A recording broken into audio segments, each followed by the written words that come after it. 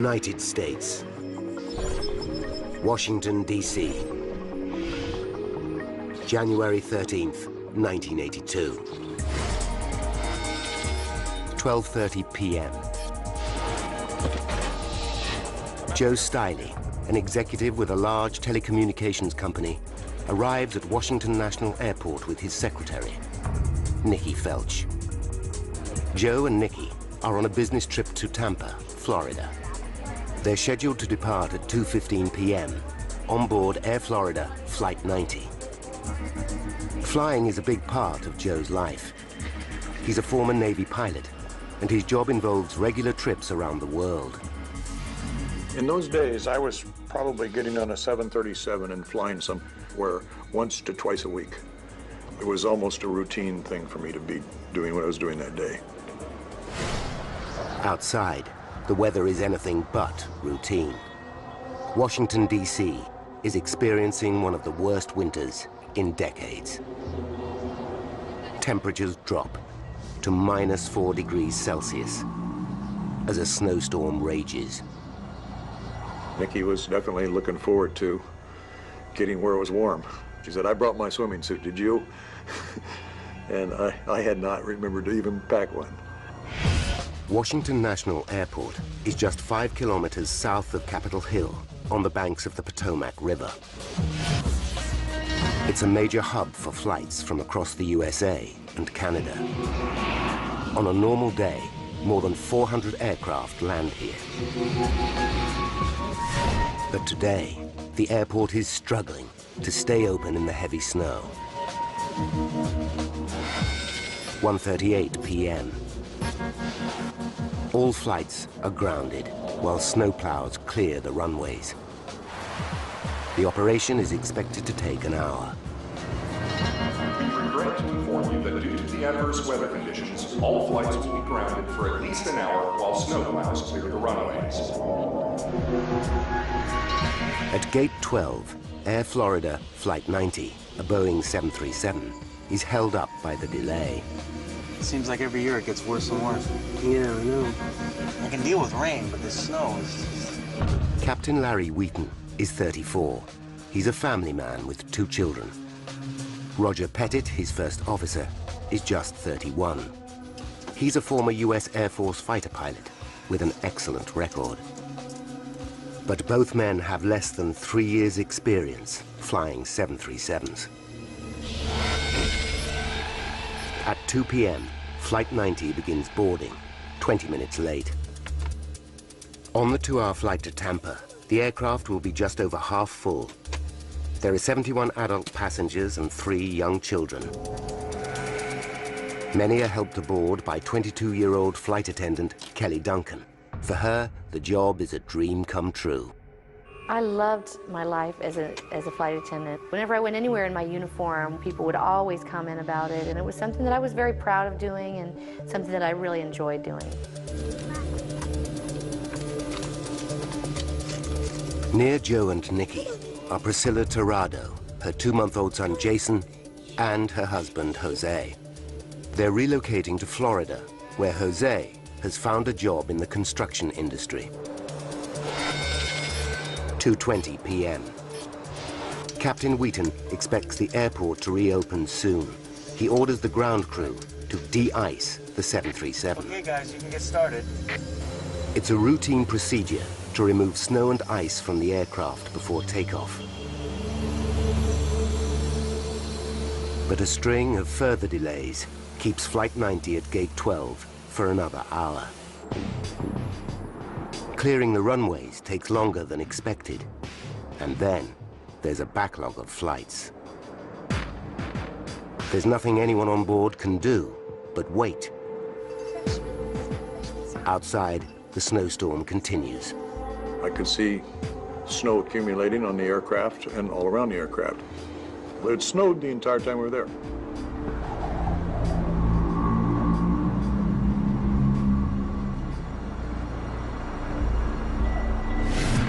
When clearance to leave Gate 12 is given, there's another delay. Ice on the tarmac makes it difficult to move the 737. We're too heavy for this ice. Captain Wheaton decides to help out with a blast of reverse thrust from his engines. Guys, I'm gonna put a little reverse on it. Are you sure? No, don't worry, it'll be okay. 3:35 p.m. Flight 90 eventually begins taxiing to the runway 1 hour and 20 minutes behind schedule. It's a relief for flight attendant Kelly Duncan. When we were finally moving away from the jetway, it was wonderful because I felt like we are finally on our way. Wheaton and Pettit go through their after-start checklist. Anti-ice? Off. APU. Running. Flight 90 then falls in behind other aircraft queuing for takeoff. 2 window exits at the center of the cabin, and 2 doors at the front. Boy, this is bad. Probably the worst snow I've ever seen. Seatbelts are released as shown. Both pilots can see snow on their wings. Pettit is concerned. You know, it's been a while since we've been de-iced. 3:59 p.m.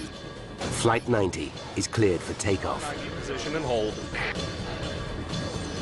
Flight attendants, please take your seats. At the rear of the passenger cabin, Kelly Duncan straps herself in. Joe Stiley, Nikki Felch, and Priscilla Tirado are just a few meters away. 3:59 p.m. and 45 seconds. Throttles. The 737 finally begins to roll down the runway. Seconds later, thrust readings jump past the target level for takeoff. Oh, God, look at that. That don't look right, does it? Pettit responds by easing the throttles a touch. Yes, it is. There's 80. But now, it's taking longer than usual to reach takeoff speed of 144 knots. That's not right. And there are strange readings on the flight deck. 120. Joe Stiley is worried. We were nowhere near the normal speeds that I was used to feeling every week in a 737. Going down that runway was like riding in a backcountry road full of potholes. Flight 90 eventually hits takeoff speed Easy. and leaves the ground. Me too. Suddenly, the nose pitches up sharply, and the aircraft starts to shake. In the cockpit, alarms warn the pilots that Flight 90 is about to stall. They have seconds to act, or the 46-ton aircraft and the 79 people on board will fall out of the sky. Flight 90's high nose position is creating so much drag that the aircraft is losing speed fast. Easy, all we need is 500. If the 737 slows down too much, it will stall and then simply drop. Captain Wheaton orders First Officer Pettit to lower the nose by pushing the control column forward. Forward, forward. But he can't drop the nose too far, or the plane will stop climbing. Come on, she's barely flying. As the shaking intensifies, former pilot Joe Stiley fears the worst. I remember vividly saying, how the hell do I get out of this airplane now? And knowing that it was too late, I was already kissing my rear end goodbye. 12 seconds after liftoff, Flight 90 has traveled 1 kilometer. 500 meters ahead, the heavy snow has created a traffic jam on the 14th Street Bridge over the Potomac River. Construction worker Marion Grant Jr. is on the northbound span. His truck has hardly moved for 15 minutes. Traffic wasn't moving at all. Like we'll sit still maybe 3 minutes and we go 5 feet and 5 feet. 4 p.m. and 53 seconds. At an altitude of just 352 feet, Flight 90 suddenly stops climbing and begins to drop. Captain Wheaton jams the throttles forward for maximum thrust. But it's too late. Commuters on the 14th Street Bridge hear the scream of jet engines. We're falling. Larry, we're going down. I know it!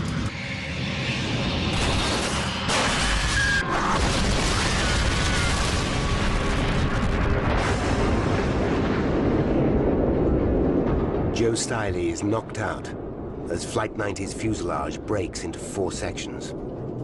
I remember the sensation of blacking out, and I remember saying to myself, God help me.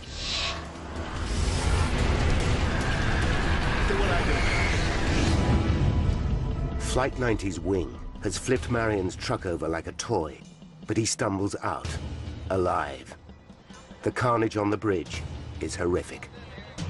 I saw a guy crushed to death, you know, and then I saw another guy, seemed like his head was decapitated and stuff like that.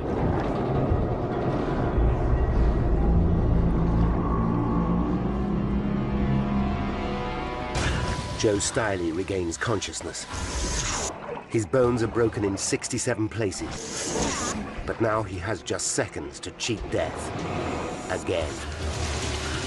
The water was just rising into my nose and coming up fairly quickly. It seemed like forever to get my legs loose because the seats had collapsed. And then I reached over to try to help Nikki get free.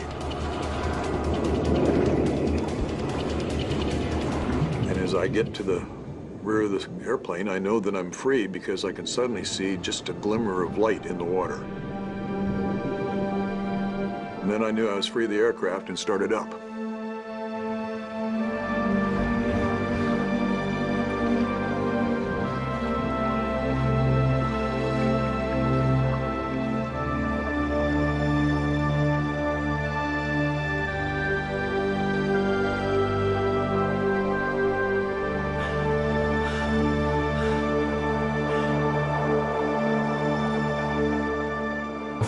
Stunned witnesses gather on the bridge.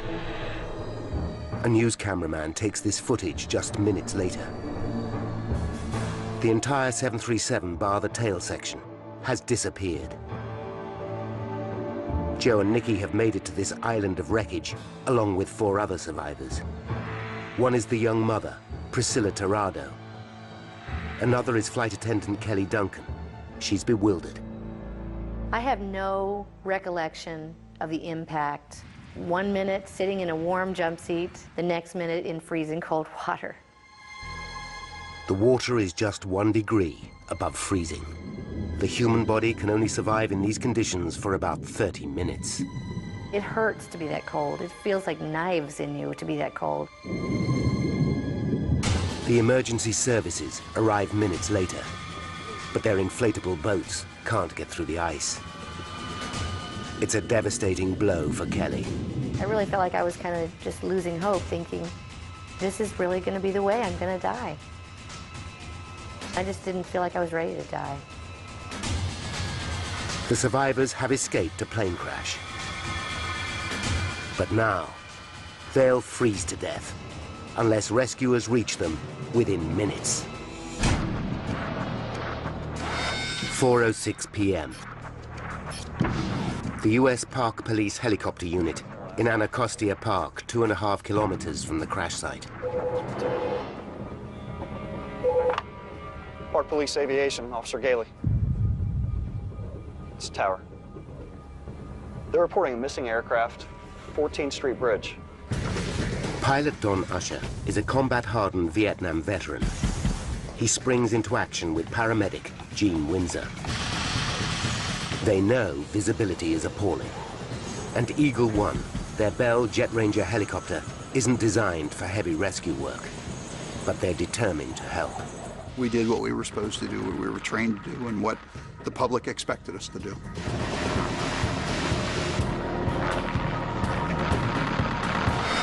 "4:10 p.m. 28-year-old Lenny Skutnik arrives at the crash scene.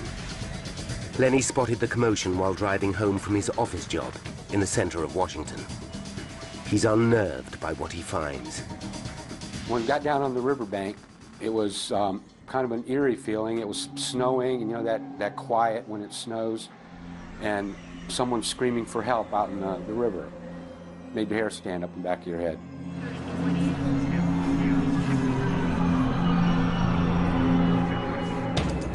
Eagle One is almost flying blind. Don is forced to scan the ground for roads which he knows lead to the 14th Street Bridge. The only visibility we possessed was looking through the chin bubble, what would be called slant visibility. Gene ties together makeshift lifelines. 4:22 p.m. The 6 survivors have been in the freezing water for 21 minutes. Their limbs are numb. They can no longer move their hands. They're giving up hope. And then they hear Eagle One approaching. I suddenly felt the whoomp, whoomp of a helicopter.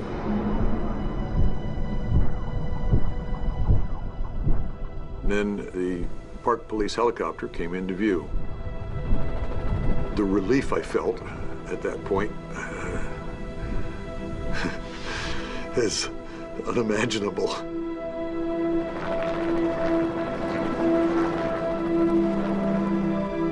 I have never heard such a beautiful thing as the day that I heard that helicopter. Don spots the survivors clinging to the tail section of Flight 90. We realized as soon as we looked at them that every second counted between life and death to get them out of that river. The first survivor Eagle One rescues is 41-year-old Bert Hamilton. Gene then throws one of his improvised lifelines to flight attendant Kelly Duncan. I just remember looking up into the sky and just seeing a rope hanging down from it. And I just pulled it around my back, and they pulled me out.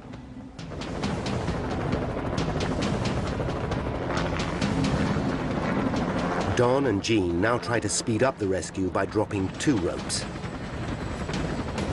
Joe Stiley grabs one of them and wraps an arm around Priscilla Tirado, the young mother. Nikki Felch, Joe's secretary, grabs the other rope. But to Joe's horror, she's too badly injured to hold on. It was the worst feeling because if there's any one person I'm going to try to help first, it would be Nikki, and I can't. Seconds later, Joe loses hold of Priscilla. I didn't realize it at the time, but all the fingers in my left hand were already broken, and my arm was broken. Eagle One drags Joe to safety. The crew know Nikki will be kept afloat by her life jacket. Priscilla is their immediate priority. After 30 minutes in the freezing water, her chances of survival are on a knife edge. Lenny Skutnik is horrified as he watches from the shoreline. She was close enough where you could see the expression on her face. And her eyes just looked wild, and she looked like she was going into shock then. Time and again, Priscilla slips from the life ring. Traumatized, exhausted, and temporarily blinded by aviation fuel, she begins to drown. Lenny realizes he can watch no more. It was just too much to take. I absolutely thought she was going to die if I didn't go in and get her.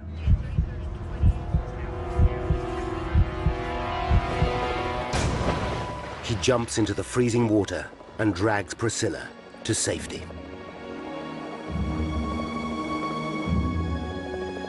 I believe it's a human instinct.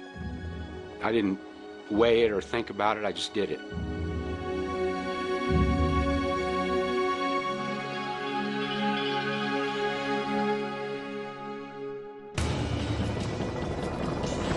Eagle One now returns to Nikki. But she's too weak to grab the life ring. The crew respond with their most audacious rescue so far. Gene steps onto the skid, grabs Nikki, and wrestles her to safety.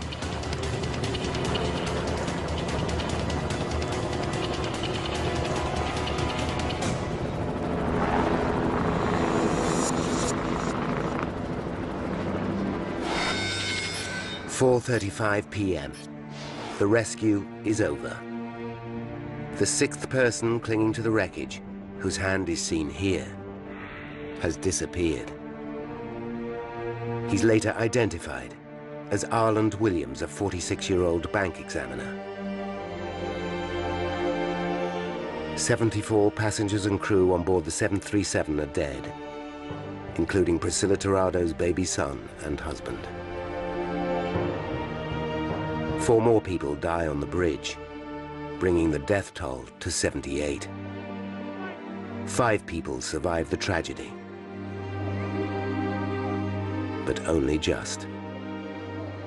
I had a skull fracture. My nose was broken, my cheeks were broken, my jaw was broken. All my fingers and thumb on my left hand were broken. My right leg was fractured. My left leg was shattered. Both feet were broken. Other than that, I was fine. Oh, and I had a hypothermia. News of the disaster is broadcast around the world. Some of the victims died on impact, most drowned in the icy waters of the Potomac River. There's one question on everyone's lips. How did a routine flight turn into one of the USA's most horrific air disasters? Now, by going deep into the investigation, we can reveal the chain of events that led to the crash of Air Florida Flight 90.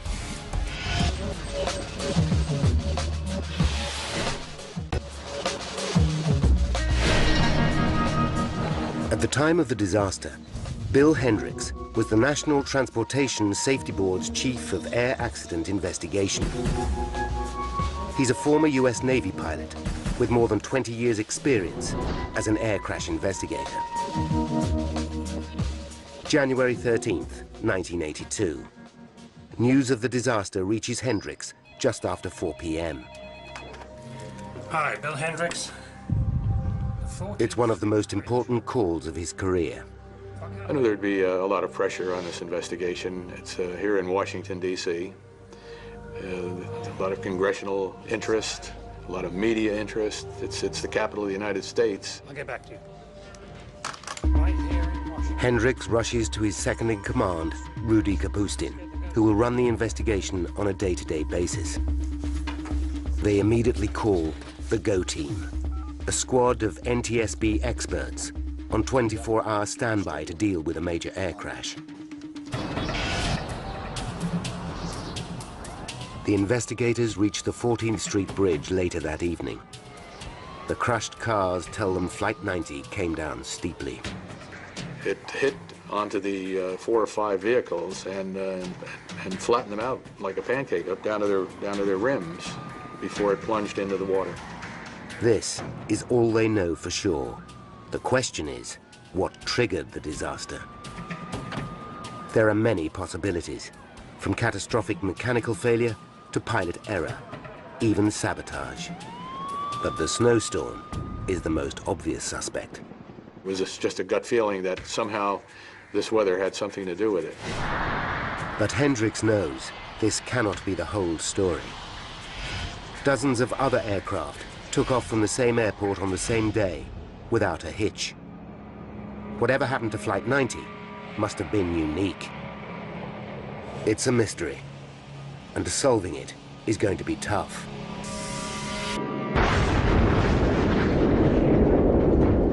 The wreckage of Flight 90 and the clues it might contain are at the bottom of a frozen river.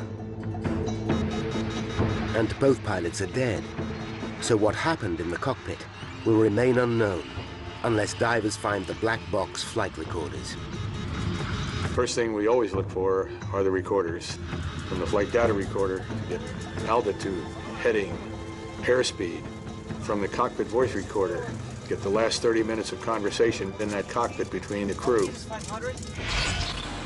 Early the next morning, US Coast Guard vessels break through the ice and reach the wreckage. They join forces with the Army and Navy to launch a massive salvage operation spearheaded by a team of 82 divers. Hendricks and his team set up headquarters for the investigation in a conference room at the nearby Marriott Hotel. While the divers concentrate on recovering bodies, the investigators begin interviewing more than 200 witnesses. As an investigator, we're trained never to guess. That hunches are good, but you got to back them up with facts. The team begins by questioning the ground crew who de-iced Flight 90 at Washington National Airport. Any faults in their work could have left snow and ice clinging to the aircraft, with grave consequences. The lift an aircraft needs to fly is created by a smooth flow of air over the wings. A layer of ice or frozen snow creates a disruption which can reduce lift and increase drag dramatically. Experts call the problem contamination. The ground crew insist Flight 90 was fully de-iced before it taxied to the runway. But the investigators probe deeper and uncover an intriguing fact. The operator who de-iced the right side of the aircraft mistakenly thought the air temperature was -2 degrees Celsius. In reality, it was -4. As a result, he sprayed less than the recommended amount of de-icing agent onto this side of the aircraft. The investigators feel on the verge of a breakthrough. They decide to examine the de-icing process in even more detail. We're looking at the entire de-icing process. What was the mixture of the de-icing fluids? How was it dispensed? They test the de-icing solution used on Flight 90 and uncover something even more disturbing. The fluid contains half as much of the de-icing agent, glycol, than expected. So the de-icing spray was somehow weaker than the operator's control panel indicated. How could this happen? The team examine every component of the de-icing vehicle used on Flight 90 and find their answer. A specially calibrated valve in the glycol delivery hose had been replaced with an unmodified valve. The result? A reduced flow of glycol to the nozzle. So it wasn't just the right side of the 737 which didn't get enough glycol. It was the whole aircraft. It was not a very thorough de-icing job that was done on that airplane. It was not that good. It was marginal at best.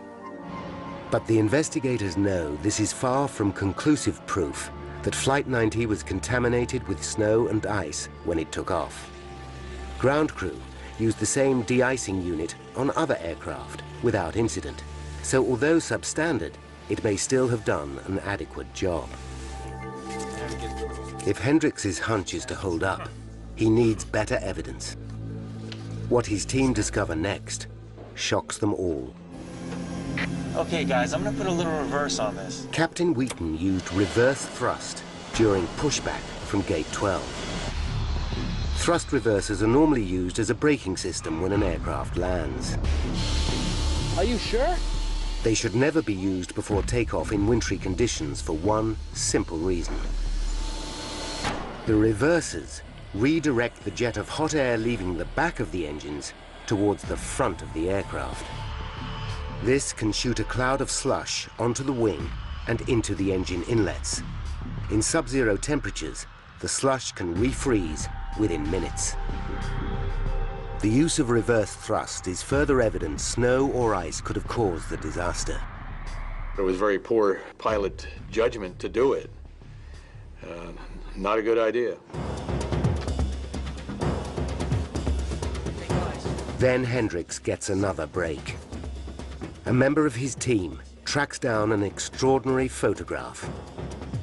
It's a snapshot of Flight 90 taken by a passenger in another plane at approximately 3:20 p.m., just 10 minutes after de-icing finished. The image is grainy, but it shows fresh snow is already on the aircraft. The photograph is further evidence that the 737 may have been contaminated after it was de-iced, regardless of how well the job was done. By day 4 of the investigation, most of the bodies have been recovered. The focus of the salvage operation can now move to the wreckage. The parts are taken to a hangar at Washington National Airport for detailed examination, but they yield no clues. And the two crucial black box flight recorders are still missing. Finding them is a daunting task. Divers are equipped with an acoustic homing device. But the tangled wreckage is spread over an area of dark, freezing water the size of a football pitch.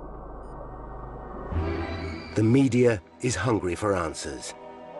But NTSB spokesman Francis McAdams still can't announce any breakthroughs. As I told you before, I have no idea until we get all of the evidence. The investigators turn to the one card they haven't yet played: the survivors. Survivors are in the airplane. They hear sounds, they feel bumps and grinds and hear noises. They supply an awful lot of information. Joe Stiley describes how Flight 90 shook violently before it crashed. His words confirm the investigators' suspicions. They know this could be the result of ice and snow, disrupting airflow over the wings. But then, Joe reveals that the 737 seemed slow and sluggish during its takeoff run. Why could this be? Other aircraft didn't have this problem, despite the snowy conditions. Hendricks and his team are mystified. Then, 7 days after the crash, a diver picks up a faint signal. He follows it through the icy water until he can just make out a tangled mass of wreckage. He carefully pulls away twisted pieces of razor-sharp metal and hits the jackpot.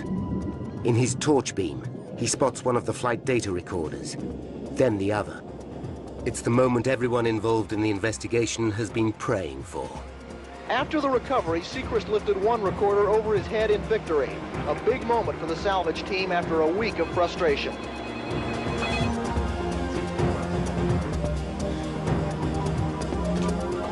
They've got the CBR. All right! When the word reaches the team that the recorders have been found and are being recovered, that is a very good piece of information. The investigators rush the black boxes to their labs. After days of speculation, they're about to find out exactly what happened in the seconds leading up to the crash. They're excited, but they also know they're about to listen to the voices of the dead.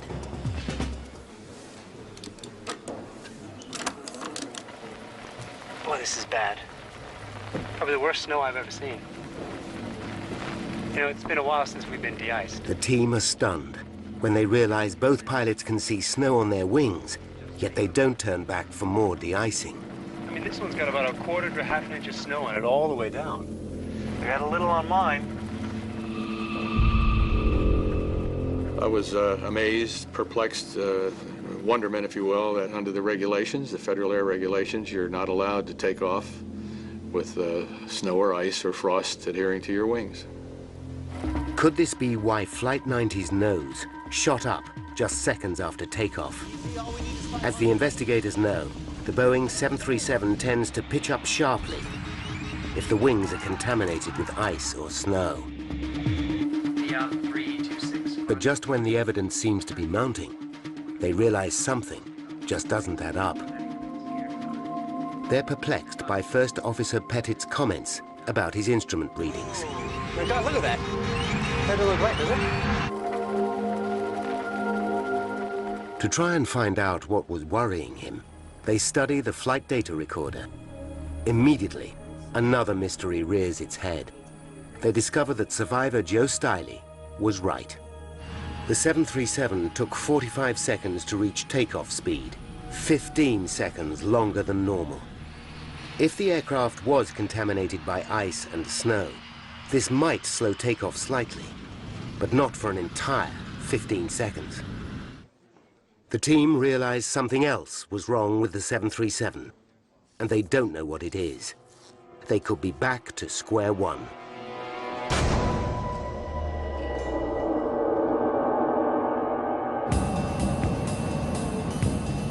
They can think of only one thing which would slow a 737's takeoff dramatically: insufficient thrust from the engines. But why would a crew take off without powering up properly? It seems an absurd idea. The riddle can't be solved by examining the engines. They are still at the bottom of the Potomac River. And Flight 90 was fitted with a pre-digital flight recorder which didn't monitor thrust levels. There's only one option left. The investigators scrutinized the low-level engine sounds picked up by the cockpit voice recorder. Using a technique called sound spectrum analysis, they translate these sound frequencies into thrust readings. Yeah, it's 1.7. That's too low. The results are a shock. Both engines were running at a thrust level, or EPR, of 1.7. But the 737's takeoff EPR should be 2.04. The team are baffled. It looks as if the pilots took off without sufficient power. My God, look at that. That don't look right, does it? But how could this happen? Off. Start pressure. Up. The investigators play the cockpit recording again and again, looking for clues. LaGuardia not accepted. Then they pick up on a tiny detail. Pitot heat? On. Anti-ice? Off. APU? Running. Can we hear that again? Shoulder harness. The investigators are dumbfounded. He said off. Shoulder harness. The recording is poor, but Captain Wheaton seems to say off when asked about the engine anti-ice system. Anti-ice? Off.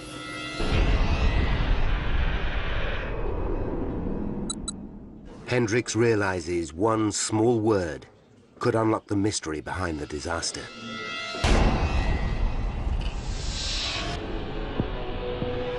He knows thrust readings for each engine are produced by two sensors, one in the inlet and one in the outlet. Together, they produce thrust readings by measuring the ratio between air pressure at the front and the back of the engine. But if the engine anti-ice system is off, snow and slush could freeze up the inlet sensors. On some other 737s, this has caused the sensors to send pilots faulty thrust readings, readings higher than the actual thrust produced by the engines. If this happened to Flight 90, the crew could, unwittingly, have taken off with insufficient thrust. This could be the final piece of the jigsaw. But Hendricks needs to prove it. He asks Boeing to carry out tests, confirming the effect of inlet sensors blocked by ice or snow. The results are dramatic. The engine quickly creates an EPR reading of 2.04. But in reality, it's running at an EPR of 1.7, exactly the same weaker thrust level revealed by the sound spectrum analysis of Flight 90's engines. This could explain First Officer Pettit's confusion. No, that's not right. Maybe it is. His EPR dial says 2.04, but his throttle position and his readings for exhaust heat and fuel flow reflect the lower EPR of 1.7. No. But how could the pilots make the appalling error of forgetting to turn on their engine anti-ice system? And why didn't they abort takeoff when they realized something was wrong? Once the roll started with these observations by the first officer, that takeoff should have been rejected. The investigators study the pilots' records and discover that neither had much flying experience in winter conditions. But they also reveal something even more disturbing. Over the last 2 years, Captain Wheaton has had to retake 2 routine proficiency tests after receiving poor scores. His weak areas included adherence to regulations, checklist usage, and knowledge of aircraft systems. The revelation adds weight to the theory that pilot error played a key role in the disaster. But there are still two major pieces of evidence missing: Flight 90's engines. Without examining them, the team can't prove beyond doubt that the anti-ice system was off, or that the crash wasn't caused by an engine failure. Then, salvage squads lift the battered engines from the river. 13 days after the disaster, they're rushed to manufacturers Pratt & Whitney for examination. Technicians strip the engines down and painstakingly search for any sign of a mechanical problem. But they find nothing. Then they inspect the anti-ice system. One by one, they check the tubes which carry hot air to key areas of the engine. The results are decisive. The valves inside are closed. The anti-ice system hadn't been switched on. But would this be enough to bring down Flight 90? To find out, the team carries out tests in Boeing's state-of-the-art 737 flight simulator. To their surprise, reduced thrust of 1.7 EPR is just enough to keep the aircraft flying. But then, when they factor in the problems created by ice or snow contamination, they make the breakthrough they've worked so hard to reach. January 13th, 1982. A series of factors combine to encourage snow and ice to build up on Flight 90. The aircraft is sprayed with half the recommended amount of de-icing agent. Further delays allow more snow to gather on the 737. And the use of reverse thrust may have sprayed slush onto the wings and critical thrust sensors. 23 minutes to disaster. Electrical. Wheaton and Pettit leave their engine anti-ice system off. As a result, thrust sensors in both engines freeze up, causing them to send misleadingly high readings to the cockpit. 14 minutes to disaster. The pilots notice a thick layer of snow on both wings. I mean, this one's got about a quarter to half an inch of snow on it all the way down. But contrary to regulations, they don't turn back for more de-icing. 1 minute and 3 seconds to disaster. Pettit is confused by unusual readings on the flight deck. Oh God, look at that. That don't look right, does it? But his captain does not abort takeoff. 24 seconds to disaster. Flight 90 takes off with dials indicating thrust of 2.04 EPR. But because critical thrust sensors are frozen, the real thrust is only 1.7 EPR. At the same time, ice and snow clinging to the wings disrupt airflow dramatically, reducing lift. This changes the aerodynamics of the 737, causing the nose to pitch up sharply. The resulting drag reduces speed, which in turn reduces lift even further. 8 seconds to disaster. The loss of lift reaches a critical point. At an altitude of just 352 feet, the 46-ton aircraft stalls and falls out of the sky. 4:01 p.m. Flight 90 hits the 14th Street Bridge.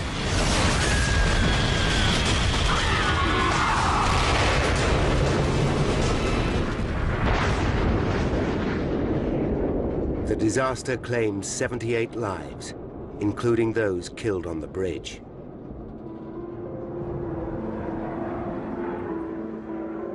After his recovery, survivor Joe Stiley left his executive job to work for himself. He's overwhelmed by emotion during a rare return to the scene of the crash. I think more than anything else, I'm appreciating the 24 years I've lived since then. Like, I saw my kids grow up. I held my dad's hand when he passed away. I could have missed all that.